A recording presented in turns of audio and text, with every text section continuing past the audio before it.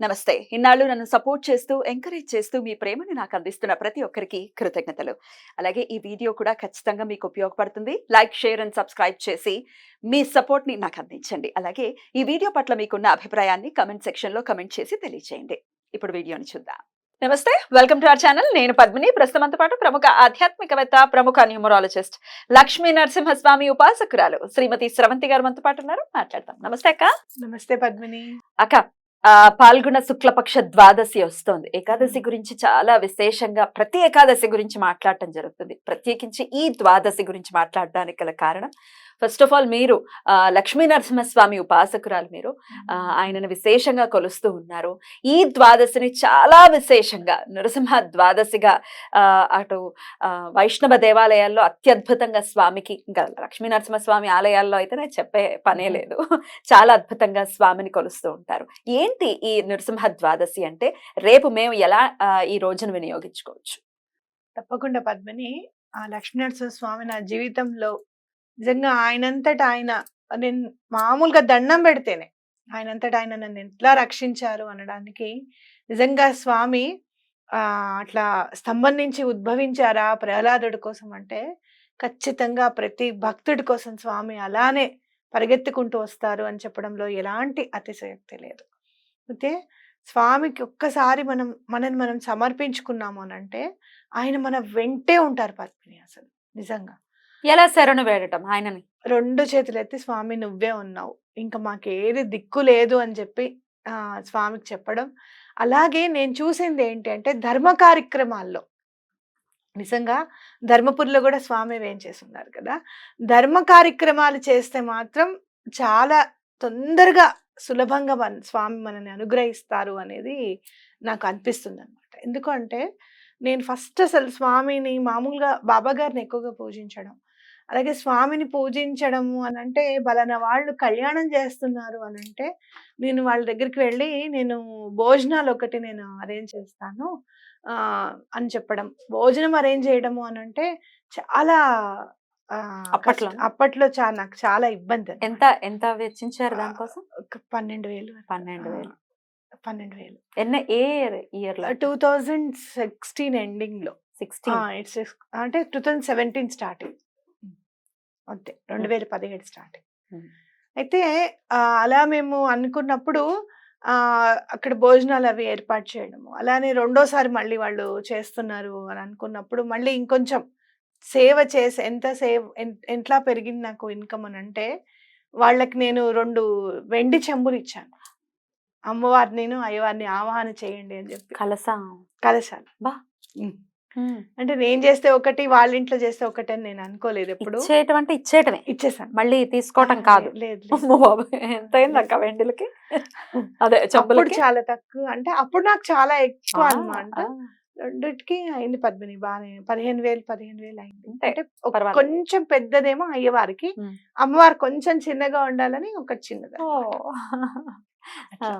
అంటే నేను ఇచ్చానని చెప్పడం అని కాదు, నేను ఎలా ఎదిగాను ఒక్క సంవత్సరంలో, నేను ఎట్లా ఎదిగాను అనేది చెప్తున్నాను. అట్లా ఆయన చాలా అట్లా ధర్మం కోసం మనం చేస్తే గనక చాలా హ్యాపీగా ఫీల్ అవుతారు అనమాట స్వామి. అట్లా మనం చేసినప్పుడు స్వామి చాలా సులభంగా మనకి లభ్యమయ్యేది కేవలం లక్ష్మీనరసింహ స్వామి అనిపిస్తుంది. మరి ఉగ్ర రూపం కదా, ఆయనను కొలిస్తే కోపం పెరుగుతుంది, ఇట్లా ఏవేవో. ఉగ్ర రూపము అని అంటే రాక్షసుడిని సంహరించడానికి మాత్రమే ఉగ్ర రూపం ఆయన.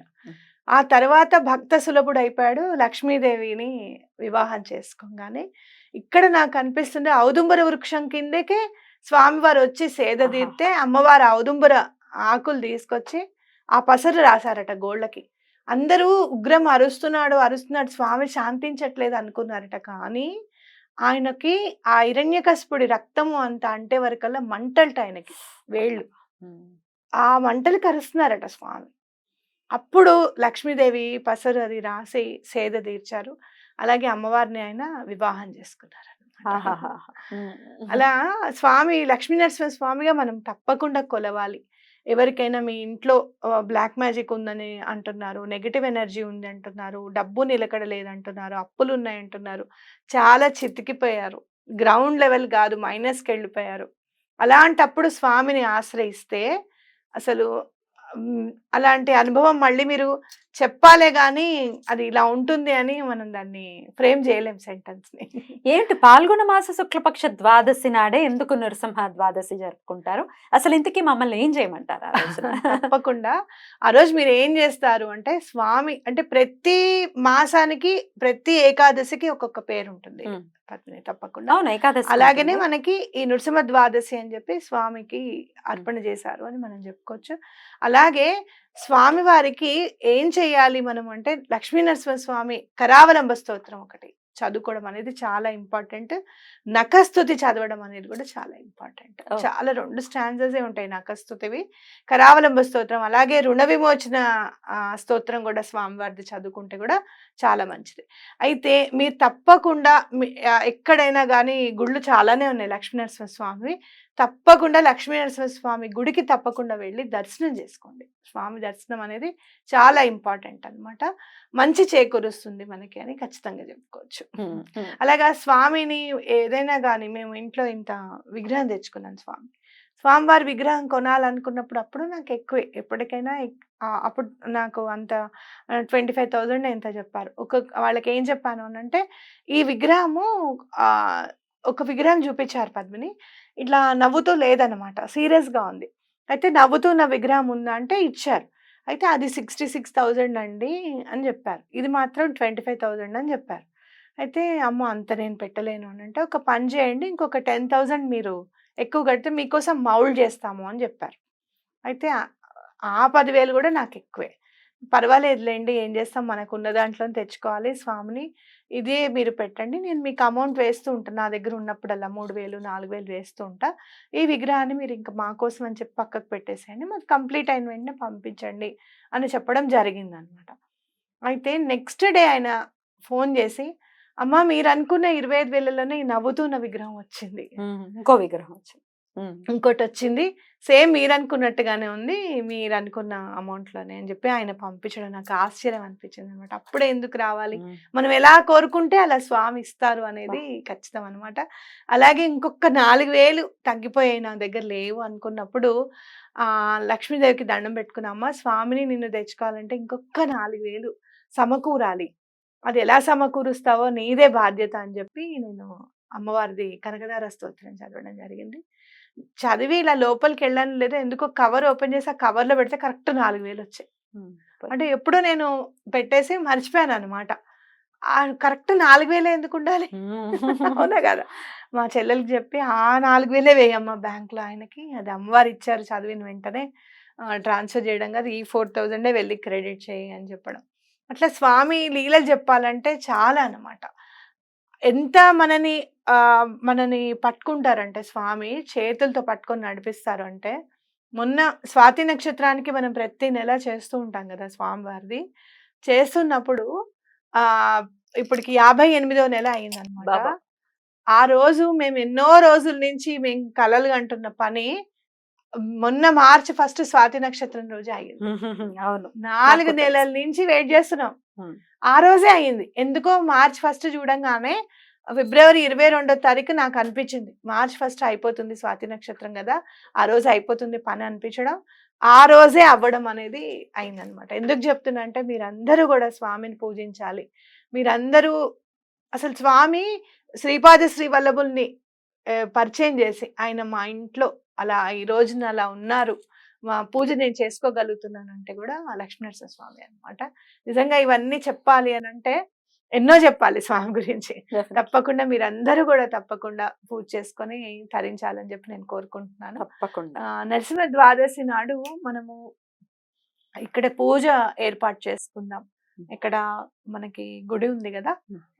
విజయ్ సార్ వాళ్ళ హ్మ్. గుడి ఉంది గదా! ఆయనకి నేను ఇవాళ చెప్తాను. హ్మ్. అక్కడ తప్పకుండా పూజ చేసుకుందాము. అలాగే ఎవరైనా గూడా లైవ్‌లో ఆ పూజ చూడడానికి గూడా ఏర్పాటు చేద్దాం. లేదు లైవ్ ఏర్పాటు చేయడం కుదరలేదు మనకి అంటే గనక రికార్డ్ అన్న చేసి పెడదాం తప్పకుండా. తప్పకుండా. అక్కడ ఉన్నటువంటి సాలగ్రామం ఏదైతే ఉందో చాలా వైభవంగా ఉంటుంది స్వామి చాలా సాలగ్రామం. పవర్ఫుల్ పద్మిని. అది చాలా powerful. కనిపించడం కూడా స్వామి నిర్ణయించుకోవాలి కనపడాలంటే. అవును. ఒక సందర్భంలో మనకి ఎక్స్పీరియన్స్ అయ్యింది. ఉమ్. అది ఆయనను చూపించే ప్రయత్నం చేస్తే దాంట్లో విఫలమయ్యాం. అంటే ఆయన ఆయన అనుగ్రహం లేదు, ఆయన వద్దన్నారు అని నేను అంతే. అనుకున్నాను. ఆ, ఓకే, ఆయన అనుకోవట్లేదు అందరికి బహిర్గతం అవ్వటం అని. ఎనీవేస్ అసలు ఆ సాలగ్రామం చాలా చాలా బాగుంటుంది. ఆ గుడి ఎక్కడుందక్క? మొగల్పుర. మొగల్పుర. ఉమ్. మొగల్పుర ఆసరా హాస్పిటల్ ఉంది కదా, దాని వెనకే ఉంటుంది. హైదరాబాద్ మొగల్పుర. హైదరాబాద్ మొగల్పుర. Right. తప్పకుండా అక్కడ మనం పూజ చేసుకుందాం పద్మిని. షూర్ అక్క. ఉమ్. గురువారం నాడు వస్తోంది వైభవం. గురువారం నాడు లక్ష్మీనరసింహ స్వామిని పూజించడం అని అంటే ఆ గురువు అనుగ్రహం మనకు ఉన్నట్టే. Right. నాకు శ్రీపాద శ్రీవల్లభులది చదువుతుంటే 10th చాప్టర్ లో నరసింహస్వామి గురించి వస్తుంది. మన లక్ష్మీనరసింహస్వామి గురించి వస్తుంది. ఆయనే నేనని చెప్తారు. శ్రీపాద శ్రీవల్లభులే స్వామా అని నేను అనుకున్నప్పుడు వెంటనే నాకు చూపించేశారు పద్మిని. స్వామే శ్రీపాద శ్రీవల్లభులే లక్ష్మీనరసింహ స్వామి, లక్ష్మీనరసింహ స్వామి శ్రీపాద శ్రీవల్లభులని వెంటనే నాకు రుజువు చూపించేశారు బాబా అన్నమాట. బాబా. అంత నిజంగా చాలా అసలు గురువారం స్వామిని పూజించడం అని అంటే ఆ శ్రీపాద శ్రీవల్లభుల్ని కూడా మనం పూజించుకున్నట్టే లెక్క. ఇంట్లో అసలు మేము ఏం చేసుకోవచ్చు చెప్పండి. తప్పకుండా చెప్తాను పద్మిని. ఆ రోజు ఇవన్నీ మనం లక్ష్మీనరసింహ స్వామి కరావలంబ స్తోత్రం అవి చదువుకోండి. స్వామి వారికి అన్నం పరవాణం నైవేద్యం పెట్టడం అంటే చాలా మంచిది, చాలా ఇష్టం స్వామికి అన్నం పరవాణం. తప్పకుండా నైవేద్యం పెట్టండి. అలాగే బెల్లం పానకం పెట్టడం కూడా చాలా మంచిది. బెల్లం కూడా నైవేద్యం పెట్టడం మంచిది. స్వామికి బెల్లం అంటే మధుర పదార్థం కనుక స్వామికి మనం అర్పిస్తే మన జీవితం కూడా మధురమయంగా అవుతుంది అని మనం చెప్పుకోవచ్చు. అలాగే నరసింహ ద్వాదశిని ఈ ద్వాదశిని ఎందుకు అనుకుంటాం మనం అసలు అంటే గనక హోలీ వస్తుంది కదా, పౌర్ణిమ. హోలీ అంతా కూడా మధురలో హోలీకి సంబంధించినవి చాలా పూజలు అవి జరుగుతూ ఉంటాయి కదా.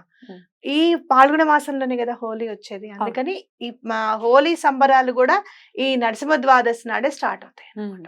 అలాగే ఈ ద్వాదశిని గోవింద ద్వాదశి అని కూడా అంటారు. అయితే ప్రత్యేకంగా నృసింహ ద్వాదశి అని ఎందుకు అని అన్నారు అని అంటే మనలో ఉన్న నెగటివిటీ అంతా కూడా స్వామివారి దయ వల్ల మాత్రమే తొలగింపబడుతుంది. అసుర శక్తి అంటాను చూసావా, అసుర శక్తి నరసింహస్వామి ముందు అసలు నిలబడలేదన్నమాట. మీరు ఏమైనా కూడా ఒక్కొక్కసారి విపరీతమైన జ్వరం వచ్చేస్తూ ఉంటుంది. ఆ జ్వరం వచ్చినప్పుడు కూడా నరసింహస్వామిని తలుచుకుంటే తొందరగా జ్వరం తగ్గిపోవడానికి కూడా తగ్గిపోతుంది. అద్భుతం. రైట్ అక్క, మరి పూజ చేసుకుందాం అని అంటున్నారు కదా మొగల్పురాలో. ఎవరైనా పార్టిసిపేట్ చేయొచ్చా? అంటే ప్రత్యక్షంగాను పరోక్షంగాను. తప్పకుండా ఎవరైనా రావాలి అనుకుంటే మొగల్పుర గుడికి రండి తప్పకుండా. అలాగే లేదు గోత్రనామాలు చదివించాలి అనుకుంటే 516 ఇచ్చేస్తే గోత్రనామాలు చదివించేస్తారు. 516 రూపాయలు స్వామికి సేవలు అని చెప్పి చదవడం. బ్యూటిఫుల్. వెళ్లే ప్రయత్నం చేస్తే యాదాద్రి మనకి దగ్గరలోనే ఉంది కాబట్టి ఖచ్చితంగా వెళ్లే ప్రయత్నం చేద్దాం. రైట్ అక్క, thank you so very much అక్క. నమస్తే. నమస్తే.